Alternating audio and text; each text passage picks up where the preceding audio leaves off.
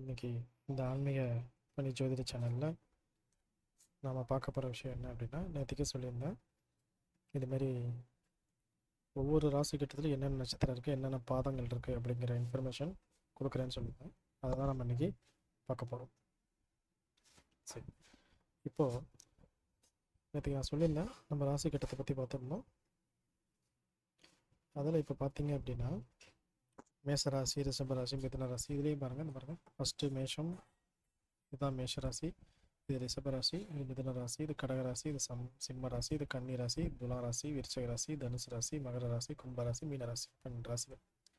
So ஏற்கனவே சொல்லியிருந்தேன், 12 ராசியில் 9 நட்சத்திர பாதம் வரும். 12 × 9 108 நட்சத்திர பாதங்கள், மொத்தம் 27 நட்சத்திரங்கள். ஒரு நட்சத்திரத்துக்கு 4 பாதம், 27 × 4 போட்டிங்கன்னா 108 வரும். சரி, இப்போ மேச ராசியில் என்னென்ன நட்சத்திரம் இருக்குது அப்படிங்கிறது நாம் பார்க்குறோம். மேசத்தில் அஸ்வினி 1ஆம் பாதம், 2ஆம் பாதம், 3ஆம் பாதம், 4ஆம் பாதம். பரணி 1ஆம் பாதம், 2ஆம் பாதம், 3ஆம் பாதம், 4ஆம் பாதம். கிருத்திகை 1ஆம் பாதம். மொத்தம் வருஷத்தில் 9 பாதம் வந்துருச்சா. அடுத்து 2வது கட்டம் ரிஷபத்துக்கு போகிறோம். ரிஷபத்தில் கிருத்திகை 2, 3, 4. ஏன்னா கிருத்திகை 1ஆம் பாதம் மேஷத்தில் இருக்குது. அப்போ 2லேருந்து ஸ்டார்ட் ஆகும். 2, 3, 4. ரோஹிணி 1, 2, 3, 4. மிருகசீரிசம் 1, 2. அடுத்து மிதுனம்.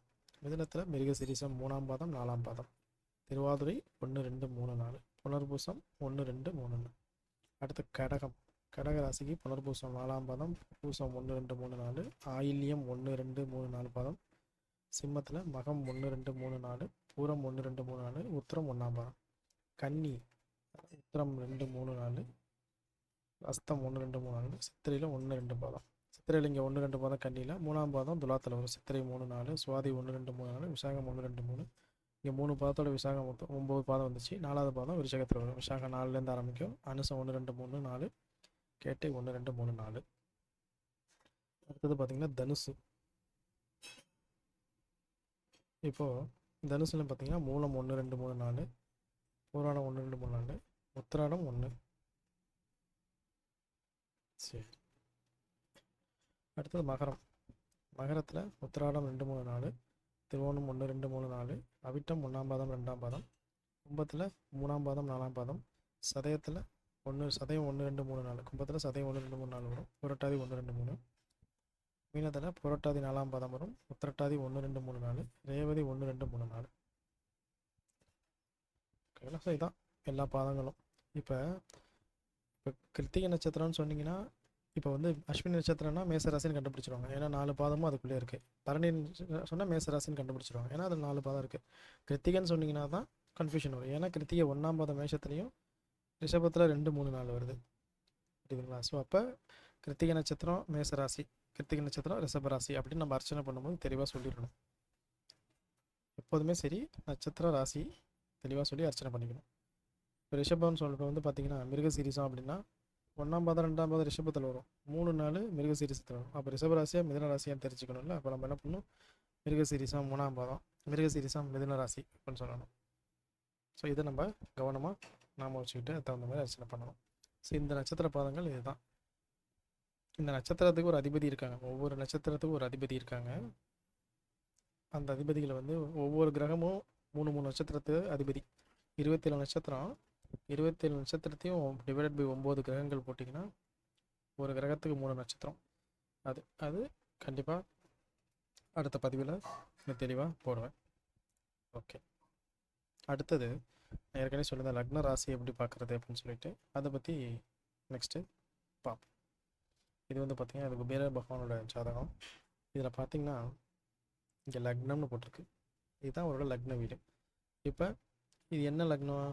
இப்போ இந்த வீடு மேஷம், இது ரிஷபம், இது மிதுனம், இது கடகம், இது சிம்மம், இது கன்னி, இது துலாம், இது விருச்சகம், இது தனுசு, இது மகரம், இது கும்பம், இது மீனம். மீனத்தில் லக்னம் இருக்குன்னா இப்போ குபேர பகவான் மீன லக்னத்தில் பிறந்திருக்கார். நேற்று நான் சொன்னேன் லக்னம் லான்னு போட்டிருக்கோம், இல்லை 2 கோடு போட்டிருந்ததுன்னா லக்னம். அது ரொம்ப ஜாதகத்தில் லக்னத்தையும் பார்க்க சந்திரன் எங்கே இருக்காரோ அதான் ராசின்னு சொல்லுவோம். இவர் எங்கே இருக்கார் சந்திரன்? இது மீனத்தில் இல்லை. மேஷத்தில் இருக்காரா? இல்லை. ரிஷபத்தில் இல்லை. மிதுனத்தில் இல்லை. கடகத்தில் இல்லை. சிம்மத்தில் இல்லை, கன்னியில் இல்லை, துலாமில் இல்லை, விருச்சகத்தில் இல்லை. இங்கே சந்திரன் இருக்காரு, இந்த வீட்டில் தான் இருக்கார் சந்திரன். இது தனுசு. அப்போ தனுசு ராசி. சரி, இப்போ ஒவ்வொரு கிரகமும் எந்த வீட்டில் இருக்குங்கிறத நான் உங்களுக்கு சொல்கிறேன் பாருங்கள். லக்னத்தில் எந்த கிரகமும் இல்லை. லக்னங்கிறது முதல் பாவம்னு சொல்லுவோம். லக்னம்னா ஃபஸ்ட்டு வீடு, செகண்ட் ஹவுஸ். ரெண்டாவது பாவம் மேஷம், மேஷத்தில் இல்லை. மூணாவது பாவம் ரிஷபம், எந்த கிரகமும் இல்லை. நாலாவது பாவம் மிதுனம், எந்த கிரகமும் இல்லை. அஞ்சாவது பாவகமாக கடகம் வருது, எந்த கிரகமும் இல்லை. ஆறாவது பாவகமாக சிம்மம் வருது, சிம்மத்தில் கேது பகவான் இருக்கார். ஏழாம் பாவத்தில் கன்னி குரு பகவான் இருக்கார். எட்டாம் பாவத்தில் சூரிய பகவான் இருக்கார். இது துலாமில் சூரிய பகவான் இருக்கார். 9ஆம் பாவத்தில் செவ்வாய் இருக்கார், சுக்கிரன் இருக்கார், புதன். 3 கிரகங்கள் விருச்சகத்தில் இருக்குது. 10ஆம் பாவமான தனுசில் சந்திர பகவான் இருக்கார். 11ஆம் பாவமான மகரத்தில் சனி பகவான் இருக்கார். 12ஆம் பாவமான கும்பத்தில் ராகு பகவான் இருக்கார். இது லக்னம். ஓகே, இது இப்படி தான் நம்ம வந்து எந்தெந்த ராசியில் எந்த கிரகம் இருக்குங்கிறது பார்க்குற முறை. இப்போ பார்த்தீங்கன்னா ஒவ்வொரு கிரகத்தோட சொந்த வீடு நம்ம பார்த்துருந்தோம். இப்போ மேசமும் விருச்சகமும் செவ்வாய், இது ரிஷபமும் துலாமும் சுக்கிரன், இதுவும் மிதுனமும் கன்னியும் புதன், கடகத்துக்கு வந்து சந்திரன், சிம்மத்துக்கு சூரிய பகவான், தனுசு மீனம் குரு பகவான், மகரம் கும்பத்துக்கு சனி பகவான். இப்போ இந்த வீட்டில் பார்த்தீங்கன்னா செவ்வாய் வந்து அவரோட சொந்த வீட்டிலே இருக்கார். விருச்சகம். சனி பகவானும் சொந்த வீட்டில் இருக்கார். ஸோ இந்த கிரகத்தை வந்து நம்ம ஆட்சின்னு சொல்லுவோம். ஓகேங்களா? ஸோ நோட் பண்ணிக்கோங்க. அவ்வளோதான். ஒவ்வொரு கிரகத்துக்கும் ஆட்சி வீடு நீசம் வீடெல்லாம் இருக்குது. அதை அடுத்த பதிவில் வந்து அதையும் கொடுத்துருவேன் தெளிவாக. சும்மா ஒரு உதாரணத்துக்கு சொல்கிறேன். சனி பகவான் வந்து சொந்த வீட்டில் இருக்கிறனால ஆட்சி. செவ்வாய் பகவானும் விருச்சகம் சொந்த வீடு தானே, அங்கே தான் இருக்கார். அதுவும் ஆட்சி. இங்கே சூரியன் வந்து இருக்கார். இது நீசம். உச்ச நீசம் பற்றி சொல்லும்போது உங்களுக்கு தெரியும். உச்சம் அப்படின்னா அந்த கிரகம் பலமாக இருக்குது, நீசம் அப்படின்னா பலம் கம்மியாக இருக்குன்னு அர்த்தம். அதை பற்றி நம்ம அடுத்த பதிவில் இன்னும் தெளிவாக பார்க்கலாம். போக போக நிறைய விஷயங்கள் சொல்கிறேன். சரி, இதுதான் ஒரு ஜாதகத்தில் லக்னம் எப்படி ராசி இருக்குன்னு பார்க்கலாம். லா எங்கே போட்டிருக்கு, லான்னு போட்டிருப்பாங்க, இல்லை லக்னம்னு போட்டிருப்பாங்க, இல்லை 2 கோடு போட்டிருப்பாங்க. எப்படி ராசா, அதுதான் லக்னம். அது என்ன ராசியாக வருதோ அந்த ராசி தான் நம்ம லக்னம். இப்போ லக்னம் இங்கே போட்டிருந்தாங்கன்னா மிதுன லக்னம்.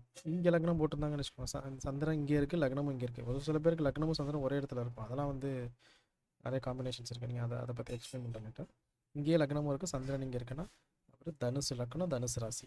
இப்போ லக்னம் இங்கே இருந்ததுன்னா ரிஷபம், இங்கே இருந்தால் கடக லக்னத்தில் இருக்கார். இவர் வந்து மீனத்தில் இவர் மீன லக்னத்தில் பிறந்திருக்காரு, தனுசு ராசி.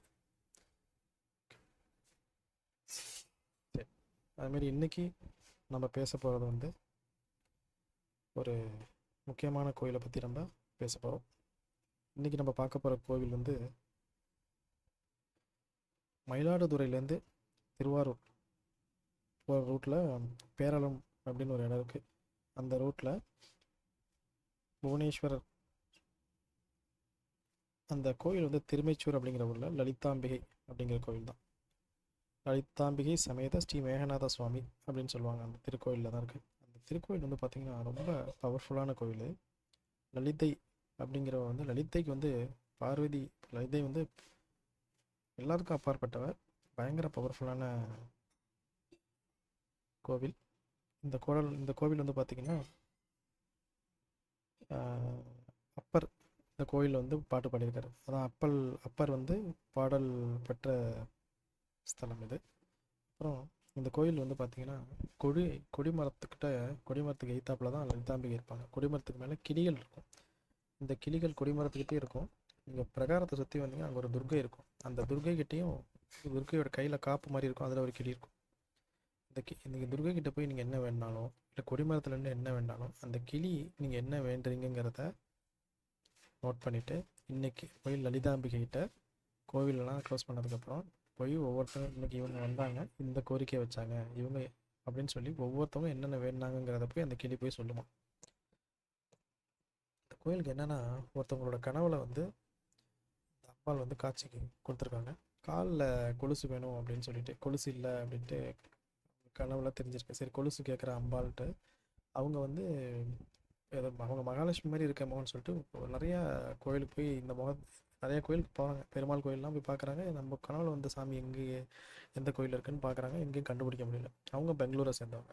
இது யூடியூப்லேயே போட்டு பார்த்தீங்கன்னா அந்த கதை உங்களுக்கு ஃபுல்லாக வரும். நான் சுருக்கமாக சொல்கிறேன். அப்புறம் எங்கெங்கேயோ பார்த்தாங்க. திருப்பி இன்னொரு நாள் கனவுல வந்து நான் திருமச்சூர்ன்ற இடத்துல இருக்கேன் வந்து பாரு அப்படின்ட்டுருக்காங்க. திருப்பி வந்து பார்த்தா திருமச்சூரில்.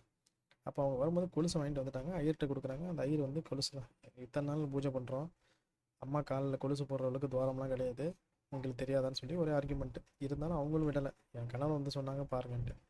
சரி ஒரு ஐயர் என்ன தான் நடக்குதுன்னு பார்ப்பேன்னு பார்க்கும்போது கொலுசு போகிறதுக்கு துவாரம் இருந்திருக்கு. அதை பார்த்து ஆச்சரியமாகி கொலுசு சாத்திருப்பாங்க. இப்பயுமே உங்களோட வேண்டுதல் நிறைவேறணும். குழந்தை பாக்கியம் இல்லை, குழந்தை பாக்கியம் வேணும். திருமணம் ஆகலை, திருமணம் ஆகணும். வேலை கிடைக்கல பையனுக்கு, சரியாக நல்ல வேலை கிடைக்கணும். இல்லை உங்களுக்கு வேலை கிடைக்கல, வேலை ஏதாவது நல்ல வேலை கிடைக்கணும். கடன் பிரச்சனை சால்வ் ஆகணும். யார்கிட்ட பணம் கொடுத்துருங்க திருப்பி வரணும். நீங்கள் போய் அந்த லலிதாம்பிகையை பார்த்து மனதார அந்த கொடிமரத்தை ரெண்டு பிரார்த்தனை பண்ணி லலிதாம்பிகையை தரிசனம் பண்ணிவிட்டு கொலுசு வாங்கி சாத்துறேன்னு நீங்கள் வேண்டிக்கிட்டிங்கன்னா உங்களுக்கு உங்களோட வேண்டுதல் கண்டிப்பாக நிறைவேறும். முயற்சி பண்ணி பாருங்கள். முயற்சி பண்ணி பார்த்துட்டு நடந்ததுன்னா கமெண்ட்டில் போடுங்க. மற்றவங்க பார்க்குறவங்களுக்கும் அது உதவியாக இருக்கும். இதே கோவிலில் இது பரிகாரம் பூஜைன்னு பார்க்கும்போது இதுதான். இந்த பரிகார பூஜைன்னா நீங்கள் கொலுசு வாங்கி சாத்துறீங்க பார்த்தீங்களா, அது உங்களோட வேண்டுதல் தான். நீங்கள் வேண்டிக்கிட்டு கொலுசு வாங்கி சாத்துறது தான். அப்புறம் பிரகாரத்தில் நீங்கள் சுற்றி சுற்றி பார்க்கும்போது உங்களுக்கு தெரியும், சூரியன் வந்து இந்த ஸ்தலத்தில் சாபம் விமோசனம் பெற்றிருக்காரு. அப்போ அந்த சாபத்தை கொடுத்தது வந்து கோபத்தில் பார்வதி கொடுத்துட்டாங்க. ஆனால் சிவன் வந்து அந்த சாபத்தை நிவர்த்தி பண்ணிட்டார். அதனால் பார்வதிக்கு சிவன் மேலே ஒரு மன வருத்தம். அதை வந்து சிவன் வந்து பார்வதியை வந்து சமாதானப்படுத்துகிற மாதிரி ஒரு சிலை இருக்கும். பார்த்தீங்கன்னா உங்களுக்கு தெரியும் பிரகாரத்தில். ரொம்ப அருமையாக இருக்கும். அதுவும் பாருங்கள். ஓகே, இதோடு இந்த பதிவை முடிச்சுக்கிறேன். இதுக்கப்புறம் அடுத்த பதிவில் மிக மிக முக்கியமான விஷயங்கள், நல்ல நல்ல இன்ட்ரெஸ்டிங்கான கோவில்கள், அதை பற்றி சம்பந்தமான விஷயங்கள் எல்லாத்தையும் வரேன். நன்றி, வணக்கம். ஓம் நமச்சிவாய. சேனலுக்கு சப்ஸ்கிரைப் பண்ணுங்கள், ஷேர் பண்ணுங்கள். நன்றி, வணக்கம்.